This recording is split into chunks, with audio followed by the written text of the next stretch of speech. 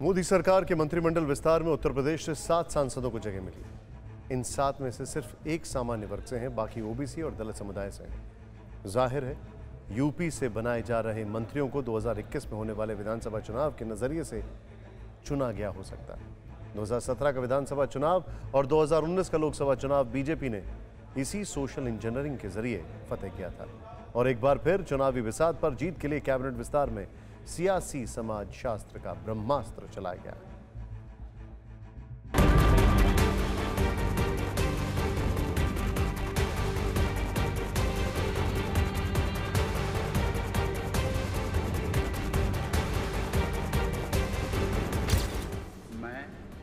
मैं ज्योतिरादित्य माधवराव सिंधिया ईश्वर की शपथ लेता हूं कि मैं विधि द्वारा स्थापित भारत के संविधान के प्रति सच्ची श्रद्धा और निष्ठा रखूंगा।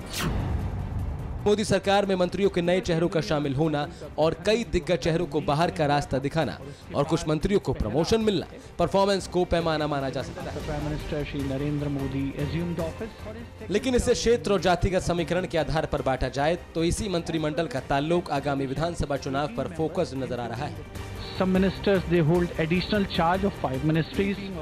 देश के सबसे बड़े राज्य उत्तर प्रदेश पर नजर दौड़ाइए, जहां आने वाले साल विधानसभा चुनाव होना है और इस राज्य से मंत्रिमंडल विस्तार में 7 नए चेहरों को जगह मिली है जो समुदाय विशेष का प्रतिनिधित्व भी करते हैं। कैसे, इसे देखिए। बीजेपी की उत्तर प्रदेश में सहयोगी अपना दल से अनुप्रिया पटेल को मंत्रिमंडल में जगह मिली है और वो कुर्मी समुदाय से ताल्लुक रखती हैं। ठीक इसी तरह पंकज चौधरी भी मंत्रिमंडल में हैं और वो भी कुर्मी समुदाय से हैं। इनके अलावा पासी समाज से ताल्लुक रखने वाले कौशल किशोर भी कैबिनेट में जगह बना चुके हैं। भानु प्रताप सिंह वर्मा भी मंत्री बने हैं जो कोड़ी समाज से आते हैं। वहीं बीएल वर्मा को भी मंत्री बनाया गया जो लोध समाज का प्रतिनिधित्व करते हैं। इनके अलावा एसपी सिंह बघेल भी मंत्रिमंडल में हैं जो बघेल समाज से हैं और कैबिनेट में अजय मिश्रा को भी जगह मिली है जो ब्राह्मण समाज का प्रतिनिधित्व कर रहे हैं। यानी यूपी में आगामी चुनाव के लिहाज से ओबीसी समुदाय को ज्यादा तवज्जो मिली है। इनके अलावा अनुसूचित जाति और सामान्य वर्ग को भी साधा गया है। अब देश के अलग अलग राज्यों के आधार पर मंत्रिमंडल विस्तार का जातिगत समीकरण देखिए।